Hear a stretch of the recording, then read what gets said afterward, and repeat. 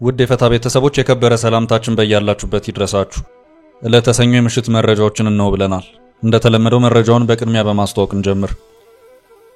መከላከያ ሰራዊት በሰሜን ጎጃም ጠንካራ ዘመቻ ያደረገ መሆኑን አስታውቋል። ውጊያዎቹ በዞኑ ቅንባባ፣ መሸንቲ፣ አንድነት ቀበሌ፣ ጭባ፣ ዳና ማርያምና ዱርቤቴ አካባቢዎች የተካሄዱ መሆኑን ያመለከተ ሲሆን ከዚህ ውጊያ ጋር በተያያዘም ስለ ዘመነ ካሴ ያለው ነገር አለ።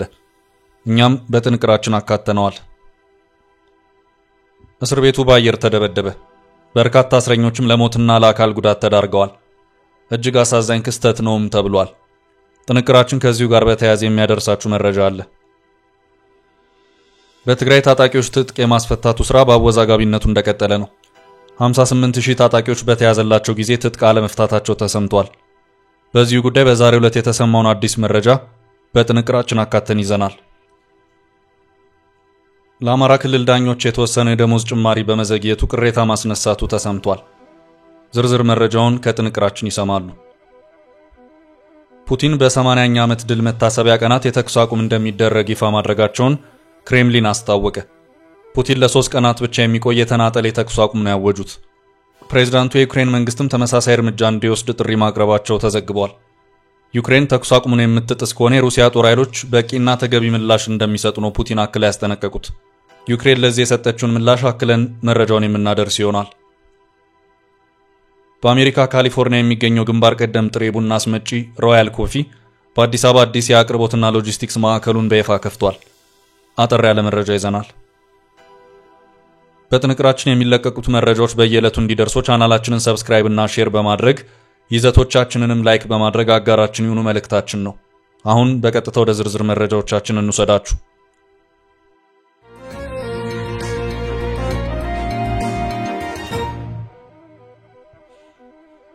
እስር ቤቱ በአየር ተደበደበ። በርካቶች ተገደሉ። የአካል ጉዳት የደረሰባቸውም አሉ። ከባድ የአየር ጥቃት ደርሷል። በርካታ ሰዎችም ሕይወታቸው አልፏል።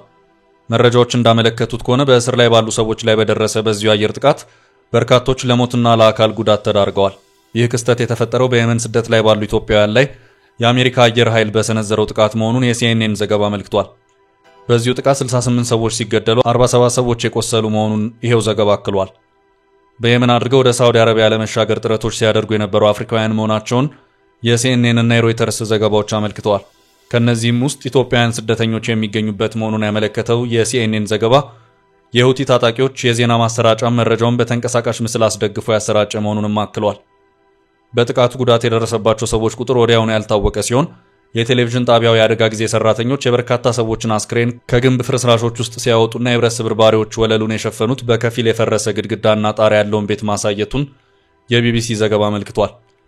በዚሁ ጥቃት ከሞቱት ወይም ከቆሰሉት መካከል ኢትዮጵያውያን ቁጥር ምን ያህል ነው ወይም በቁጥር የትኞቹ ሀገራት ዜጎች የጉዳቱ ሰለባ ሆኖ የሚለውን በተመለከተ የተብራራ አሃዝ የወጣበት ሁኔታ አልታየም። በሁቲ ታጣቂዎች የሚመራው የሀገር ውስጥ ጉዳይ ሚኒስቴር ይህንኑ ጥቃት አስመልክቶ ባወጣው መግለጫ በሰላማዊ ሰዎች ላይ ሆን ተብሎ የተፈጸመ የቦምብ ጥቃት መሆኑን በመግለጽ ድርጊቱ የጦር ወንጀል ነው በማለትም ኮንኖታል።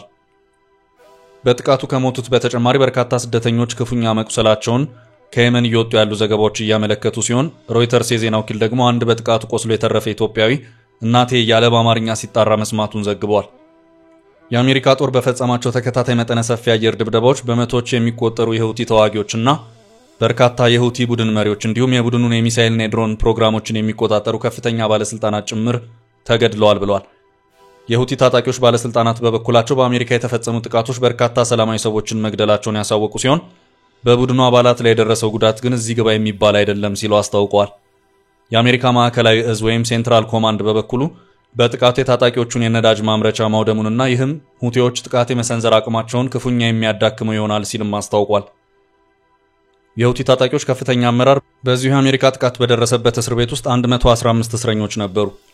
ሳውዲ አረቢያና የመን ድንበር የሚጋሩ ሀገራት ሲሆኑ ሲኤንኤን በዚሁ ዘገባው ወደ ሳውዲ አረቢያ ለመድረስ ጉዞ የሚያደርጉ ኢትዮጵያውያንና ሌሎች አፍሪካውያን በየመን በኩል የሚያልፉ መሆኑን አመልክቷል። ኢትዮጵያውያኑ የመን ከደረሱ በኋላ በሁቲ ታጣቂዎች ከእስር እስከ ግድያ የሚደርስ ጥቃት የሚደርስባቸው መሆኑን አመልክቶ ወደ ሳውዲ ድንበር ለማሻገርም ጠቀም ያለ ገንዘብ የሚቀበሏቸው መሆኑንም ተመልክቷል። ያም ሆኖ አማጽያኑ ስደተኞቹን የሳውዲን ድንበር ተሻግረው እንዲገቡ ካደረጉ በኋላም ስደተኞቹ በሳውዲ ድንበር ጠባቂዎች የሚገደሉበት ሁኔታ አለ ሲልም ሲኤንኤን በዚሁ ዘገባው አመልክቷል። አሜሪካ የየመን ሁቲ ታጣቂዎችን ኢላማ አድርጋ የአየርና የድሮን ጥቃቶችን ማካሄድ ከጀመረች ዋላ ደር ብላለች።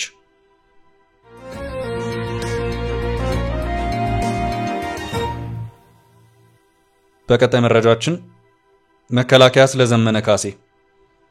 መከላከያ ሰራዊት በዛሬው ዕለት ባሰራጨው መረጃ የዘመነ ካሴን የቅርብ ሰው ገድያለሁ ሲል አስታውቋል። ሰሞኑን በሰሜን ጎጃም ዞን በርካታ አካባቢዎች ውጊያዎችን ማድረጉን ያመለከተው መከላከያ በዚህም በዞኑ ቅንባባ፣ መሸንቲ፣ አንድነት ቀበሌ፣ ጭባዳና ማርያምና ዱርቤቴ አካባቢዎች ዘመቻ አድርጌያለሁ ሲል አስታውቋል። ዘመቻዎቹን በምስራቅ እዝ ኮር በኩል መካሄዱን ያመለከተው መከላከያ በጽንፈኛው ቡድን ላይ ሰብአዊና ማቴሪያላዊ ኪሳራዎችን አድርሻለሁ ሲልም አስታውቋል። የኮሩን አዛዥ ብርጋዴር ጀነራል አዲሱ መሐመድ ዋቢ ያደረገው ዘገባው በዚሁ ዘመቻ ላይ ተቀን ግዳጃችንን እየተወጣን ነው ሲልም አስታውቋል። ይሄው በመከላከያ ማህበራዊ ትስስር ገጽ የተሰናዳው መረጃ የጽንፈኛው ዘመነ ካሴ ቅርብ አማካሪው ባንታ አዳነ ተደምስሷል ሲል አስታውቋል። በዚህም በርካታ የጦር መሳሪያዎችን በእጅ አስገብቻለሁ ሲልም አስታውቋል። በዚሁ ውጊያ ዙሪያ እስካሁን ባለው ሁኔታ በፋኖ ኃይሎች በኩል የተባለ ነገር የለም። በጎጃም የተለያዩ ዞኖች መከላከያ፣ የአማራ አድማ ብተናና የክልሉ ሚሊሻዎች ከተሰማሩ ቆይተዋል። በዚህም የመንግስት የጸጥታ ኃይሎችና የፋኖ ታጣቂዎች በየጊዜው ውጊያዎችን የሚያደርጉ ሲሆን እስካሁን ባለው ሁኔታ ይህ ነው ሊባል የሚችል መፍትሄ የተገኘበት ሁኔታ የለም።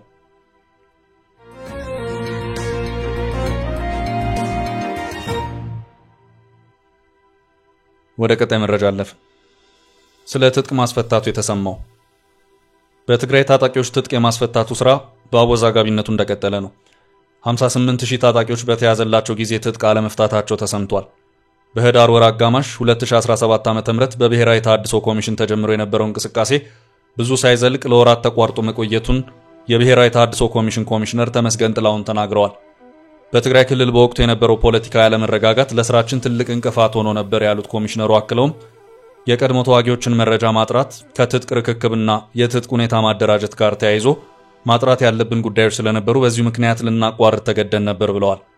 አሁን ላይ ኮሚሽኑ በመጀመሪያ ዙር 75000 የቀድሞ የትግራይ ተዋጊዎችን ወደ ህብረተሰቡ ለመመለስ ቢያቅድም እስካሁን የተመለሱት 17000 ብቻ መሆናቸውን የተገለጸው የብሔራዊ ተሃድሶ ኮሚሽን በትግራይ ክልል እስከ ሰኔ ወር ድረስ እንደሚጠናቀቅ በተገለጸው በመጀመሪያ ዙር ለ75000 የቀድሞ ተዋጊዎች የታድሶ ስልጠና በመስጠት ወደ ሰላማዊ ህይወት ለመመለስ ቢያቅድም እስካሁን የተመለሱት 17000 ብቻ መሆናቸውን አስታውቋል።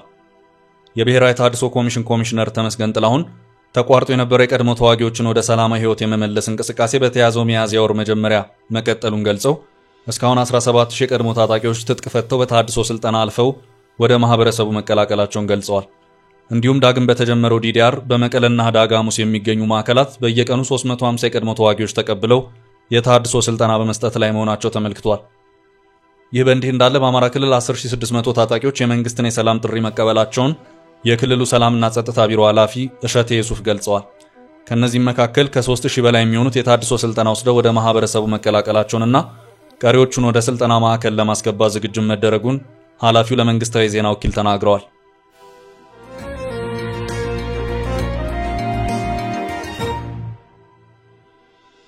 በቀጣይ መረጃችን የአማራ ክልል ዳኞች ጥያቄ። ለአማራ ክልል ዳኞች የተወሰነ የደሞዝ ጭማሪ በመዘግየቱ ቅሬታ ማስነሳቱ ተሰምቷል። የአማራ ክልል ዳኞች ማህበር በክልሉ ለሚገኙ ዳኞችና የጉባኤ ተሿሚዎች የደሞዝና የጥቅማ ጥቅም ጭማሪ ተፈጻሚ ሳይሆን በመዘግየቱ ከፍተኛ ቅሬታ ማስነሳቱን ገልጿል። ለደሞዝ ጭማሪ የሚያስፈልገውን በጀት የአማራ ክልል መንግስት እንዲመድብ ለማድረግ የክልሉ ጠቅላይ ፍርድ ቤት የቅርብ ክትትልና ጥረት እያደረገ መሆኑን ማህበሩ አስታውቋል። የዳኞች ማህበሩ ይህን ያስታወቀው ትላንት እሁድ ሚያዝያ 19 2017 ለአባላቱ ባስተላለፈው መልእክት ነው። ማህበሩ በዚሁ መልእክቱ ፍርድ ቤቶችን ከማጠናከርና የክልሉ ጠቅላይ ፍርድ ቤት የጀመረውን የለውጥ ስራ የተሟላ ከማድረግ አኳያ የዳኞችንና የጉባኤ ተሿሚዎችን ደሞዝና ጥቅማ ጥቅም ማሻሻሉ የማይተካ ሚና ያለው መሰረታዊ ነጥብ እንደሆነ አስገንዝቧል። የዳኞች ደሞዝና ጥቅማ ጥቅም ጥያቄን ለመመለስ የአማራ ክልል ጠቅላይ ፍርድ ቤት ኮሚቴ አዋቅሮ ጥናት ካደረገ በኋላ በክልሉ ዳኞች አስተዳደር አብይ ጉባኤ አማካይነት ዝርዝር መመሪያ ማጽደቁን ማህበሩ አስታውሷል። አብይ ጉባኤው ካጸደቀው የደሞዝና የጥቅማ ጥቅም ተጨማሪ ሀገር አቀፍ የኑሮ ውድነት ማሻሻያ የደሞዝ ጭማሪ ለሁሉም ሰራተኛ የተደረገ መሆኑን በትላንቱ መልእክቱ የጠቀሰው ማህበሩ ሁለቱም እስካሁን ተፈጻሚ ባለመሆናቸው በዳኞች ዘንድ ከፍተኛ ቅሬታ እያስነሳ መሆኑን ገልጿል። የአማራ ክልል ጠቅላይ ፍርድ ቤት ለዳኞች ደሞዝና ጥቅማ ጥቅም የሚያስፈልገውን የበጀት መጠን ጠቅሶ ለክልሉ ርዕሰ መስተዳድር፣ ለክልሉ ምክር ቤትና ለክልሉ ገንዘብ ቢሮ ማሳወቁን ማህበሩ አመልክቷል። አዲስ የጸደቀው የደሞዝና ጥቅማ ጥቅም መመሪያ የትራንስፖርት፣ የቤት ኪራይ፣ የአልጋና የካርድ አበልን እንደሚያካትት የገለጹት አቶ ብርሃኑ ውሳኔ የሚፈጸመው የክልሉ መንግስት በጀት ሲበጀት ነው። ስለዚህ በጀቱ እንዲመደብ ጥያቄ ቀርቦ በመጠበቅ ላይ ነን ሲሉ ያለበትን ሂደት አስረድተዋል። በአማራ ክልል የሚገኙ ዳኞች ለመጨረሻ ጊዜ ደሞዝ ጭማሪ የተደረገላቸው ከ5 ዓመት በፊት እንደነበር የማህበሩ ምክትል ፕሬዝዳንት አስታውሰዋል። በወቅቱ የተደረገው የደሞዝ እድገትም ከ80 እስከ 82 በመቶ ጭማሪ የታየበት እንደነበርም ገልጸዋል። በአሁኑ ወቅት እየተከፈለ የሚገኘው ያልተጣራ ወርሃዊ ደሞዝ ለወረዳ ፍርድ ቤት ዳኞች 15000 ብር ገደማ፣ ለከፍተኛ ፍርድ ቤት ዳኞች 19000 ብር ገደማ፣ ለጠቅላይ ፍርድ ቤት ዳኞች 23000 ብር ገደማ እንደሆነ አቶ ብርሃኑ አስረድተዋል። የአማራ ክልል የመንግስት አካላት ለዚህ የሚያስፈልገውን በጀት ፈጥኖ በመመደብ ለፍርድ ቤቶች መጠናከር የተለመደውን ትብብራቸውን እንዲያደርጉ ማህበሩ ጠይቋል። የማህበሩ አባል ዳኞችን በጀት በማስመደብ ሂደት ውስጥ የሚወስደውን ጊዜ ታሳቢ በማድረግ በትዕግስት እንዲጠባበቁ አሳስቧል።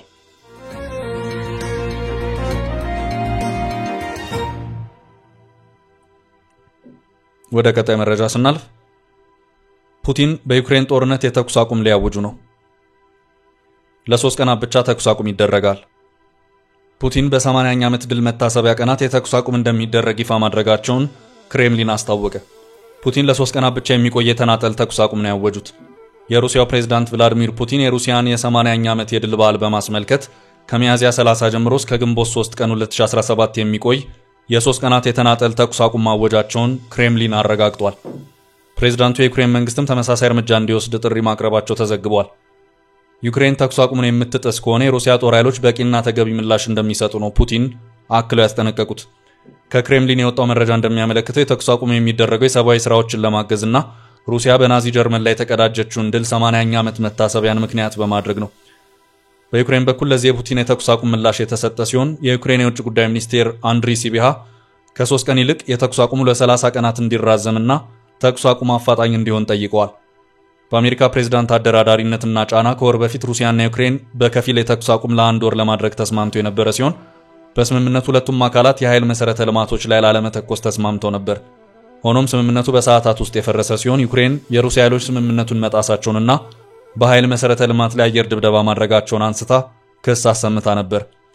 ፑቲን በተመሳሳይ ለፋሲካ በዓል የተኩስ አቁም አውጆ የነበረ ሲሆን ዩክሬን የተናጠል ውሳኔን አለማክበሯን መግለጻቸው ይታወሳል። የሁለቱን ሀገራት ጦርነት ለማስቆም እየሞከሩ ያሉት ፕሬዝዳንት ትራምፕ በበኩላቸው ቋሚ የሆነ የተኩስ አቁም እንዲኖር ፍላጎት እንዳላቸው መግለጻቸውን ነጩ ቤተ መንግስት ገልጿል። ፑቲን ያወጁት የተኩስ አቁም ከግንቦት 1 እስከ ግንቦት 2 ቀን እኩለ ሌሊት ጀምሮ እስከ ግንቦት 4 እስከ ግንቦት 5 እኩለ ሌሊት ድረስ ተግባራዊ ይደረጋል ነው የተባለው። ሩሲያ የዩክሬን ቀውስ ዋና መንስኤዎችን መፍታት ዓላማው ባደረገ የሰላም ሂደት ለመሳተፍ ዝግጁ ናት ሲል ክሬምሊን ጨምሮ ገልጿል። ከሰሞኑ በሮም ቫቲካን ከፕሬዝዳንት ዜሌንስኪ ጋር የተገናኙት ትራምፕ ዜሌንስኪ የክሪሚያን ይገባኛል ጥያቄ ለመተው ዝግጁ ነው ብዬ አምናለሁ ሲሉ ተናግረው ነበር። ዜሌንስኪ ተጨማሪ ጦር መሳሪያ እንደሚያስፈልገው ነግሮኛል፣ ነገር ግን ለ3 ዓመት ያህል ተጨማሪ ጦር መሳሪያ እንደሚያስፈልገው ሲናገር ቆይቷል ሲሉ የአሜሪካው ፕሬዝዳንት በቫቲካን ከዩክሬኑ ዜሌንስኪ ጋር ከተገናኙ በኋላ ለጋዜጠኞች ተናግረው ነበር። ዩናይትድ ስቴትስ ተጨማሪ የጦር መሳሪያ አቅርቦት ላይ ውሳኔ ከማድረጓ በፊት የዩክሬን ግጭትን ለመፍታት የሩሲያን እርምጃዎች ትከታተላለችም ብለዋል። ፕሬዝዳንት ትራምፕ ባለፈው መጋቢት ወር በዋይት ሃውስ ያደረጉትን አነጋጋሪ ውይይት በማስታወስ ዜሌንስኪ በቫቲካኑ ግንኙነት የተረጋጋ እንደነበር ገልጸዋል። በዩክሬን በኩል ግን ክሪሚያን ስለመስጠት የተገለጸ ነገር የለም። ዜሌንስኪ ትራምፕ የዩክሬንን ጥቅም ለሩሲያ አሳልፈው እንደማይሰጡት ተማመናለሁ ሲሉ ቫቲካን ላይ የነበራቸውን ንግግር አንስተው ነበር። ይህ በእንዲህ እንዳለ ባለፈው ሳምንት መጨረሻ በሞስኮ መኪና ላይ በተጠመደ ቦምብ የተገደሉትን ከፍተኛ የጦር አመራር ጉዳይ የመረመረች ሲሆን ሩሲያ በከፍተኛ የጦር አዛዧ ግድያ የተጠረጠረን ግለሰብ መያዟን ዛሬ ገልጻለች። ኢግናት ኩዚን የተባለው ግለሰብ ባለፈው ሳምንት በጄኔራሉ ግድያ ምክንያት በሆነው በመኪና ላይ ከደረሰው ፍንዳታ ጋር በተያያዘ ተጠርጥሮ መያዙ ነው ከሩሲያ የተሰማው። በግድያ ወንጀሉ ዙሪያ ምርመራ እያደረገ ያለው የሩሲያ ምርመራ ኮሚቴ ተጠርጣሪው ግለሰብ በሽብር ወንጀል ክስ እንደተመሰረተበት ገልጿል። ተጠርጣሪው ግለሰብ ግድያውን የፈጸመው በዩክሬን መንግስት ገንዘብ ተከፍሎት መሆኑንም ነው የምርመራ ኮሚቴው ያስታወቀው። ኮሚቴው እስካሁን ባደረገው ምርመራ ተጠርጣሪው ከዩክሬን የጸጥታ አገልግሎት ገንዘብ መቀበሉን አምኗልም ብሏል። ባለፉት 4 ወራት ውስጥ የሩሲያ ከፍተኛ ወታደራዊ አመራር ሲገደል የአሁኑ ለሁለተኛ ጊዜ ሲሆን ሩሲያ ከጥቃቱ በስተጀርባ የዩክሬን መንግስት እጅ እንዳለበት እየገለጸች ትገኛለች። ዩክሬን መንግስት በሩሲያ ስለሚቀርበው ክስ እስካሁን ምንም ነገር ያለ አለመኖሩን እንደ አሶሺየትድ ፕሬስ ያሉ የዜና ምንጮች ዘግበዋል።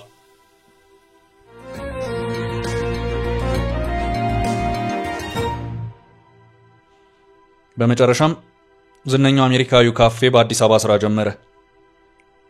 በአሜሪካ ካሊፎርኒያ የሚገኘው ግንባር ቀደም ጥሬ ቡና አስመጪ ሮያል ኮፊ በአዲስ አበባ አዲስ የአቅርቦትና ሎጂስቲክስ ማዕከሉን በይፋ ከፍቷል። አዲሱ ዘመናዊ ተቋም የቡና ጥራትን ለመገምገም የሚያስችል የተሟላ የቅምሻ ላብራቶሪ እንዲሁም የሮያል የረጅም ጊዜ ተወካይ የሆኑት አቶ ኃይለ ኢየሱስ አንዱዓለም ይመራሉ ተብሏል። ሮያል ኮፊ በዚህ ማዕከል አማካይነት የኢትዮጵያ ቡና አቅራቢዎቹን አውታረ መረብ ማስፋት፣ የኤክስፖርት ሎጂስቲክስን ማሻሻልና ቡና ከመላኩ በፊት የሚደረገውን የቅምሻ አቅም መጨመር እንደሚችል ተጠቁሟል። በአሜሪካ ካሊፎርኒያ ዋና መቀመጫውን ያደረገውና በአሜሪካውያን ባለሀብቶች የሚተዳደረው ሮያል ኮፊ እንደ አውሮፓውያን አቆጣጠር ከ1978 አንስቶ ቡናን በመግዛት መልሶ በመሸጥ ይታወቃል። በአሁኑ ወቅት ከ30 በላይ ከሆኑ ሀገራት ጥሬ ቡናን ገዝቶ በመላው ዓለም ለሚገኙ ትልልቅ የቡና ድርጅቶች በማከፋፈል ላይ ይገኛል። ለዚህ ስራውም በኦክላንድ፣ ሲያትል፣ ሂውስተን፣ ሻንጋይ እና ቫንኩቨር ትልልቅ መጋዘኖችን ገንብቶ ጥራት ያላቸውን ቡናዎች ለቸርቻሪዎችና ቡናን አፍልተው ለሚሸጡ ትልልቅም ሆኑ አነስተኛ መደብሮች ምርቱን እያቀረበ የሚገኝ ድርጅት ነው። ባለሙያዎቹ ወደ አሜሪካ የሚሄደው ቡና ከመጫኑ በፊት የጥራት ምርመራዎችን በዘመናዊ ላብራቶሪዎች እንደሚከናወን የጠቀሰው ድርጅቱ በቀጣይነት በኢትዮጵያ ቡና ዘርፍ ላይ ኢንቨስት የማድረግ እቅድ መያዙንም አስረድቷል። የኩባንያው ተወካይ እንደገለጹት ይህ በአዲስ አበባ የተቋቋመው ማዕከል ለሮያል ኮፊ ትልቅ ስኬት ነው። ኢትዮጵያ በልዩ የቡና ዝርያዎቿና ጥራቷ እንደምትታወቅ የገለጹ ሲሆን አዲሱ ተቋም ከኢትዮጵያውያን አርሶ አደሮች ጋር በቅርበት ለመስራት እድል እንደሚሰጥም ተናግረዋል። ለዛሬ ያዝንላችሁን ርዕሰ ጉዳዮች እዚህ ላይ ቋጨን። ላይክ፣ ሼር እና ኮሜንት በማድረግ ለቻናላችን ድጋፋችሁን መግለጽ እንዳትዘነጉ እያልን ከሌሎች መረጃዎች ጋር ደግመን እስክንገናኝ ቸር ያሰማን ስንል ተሰናበትን።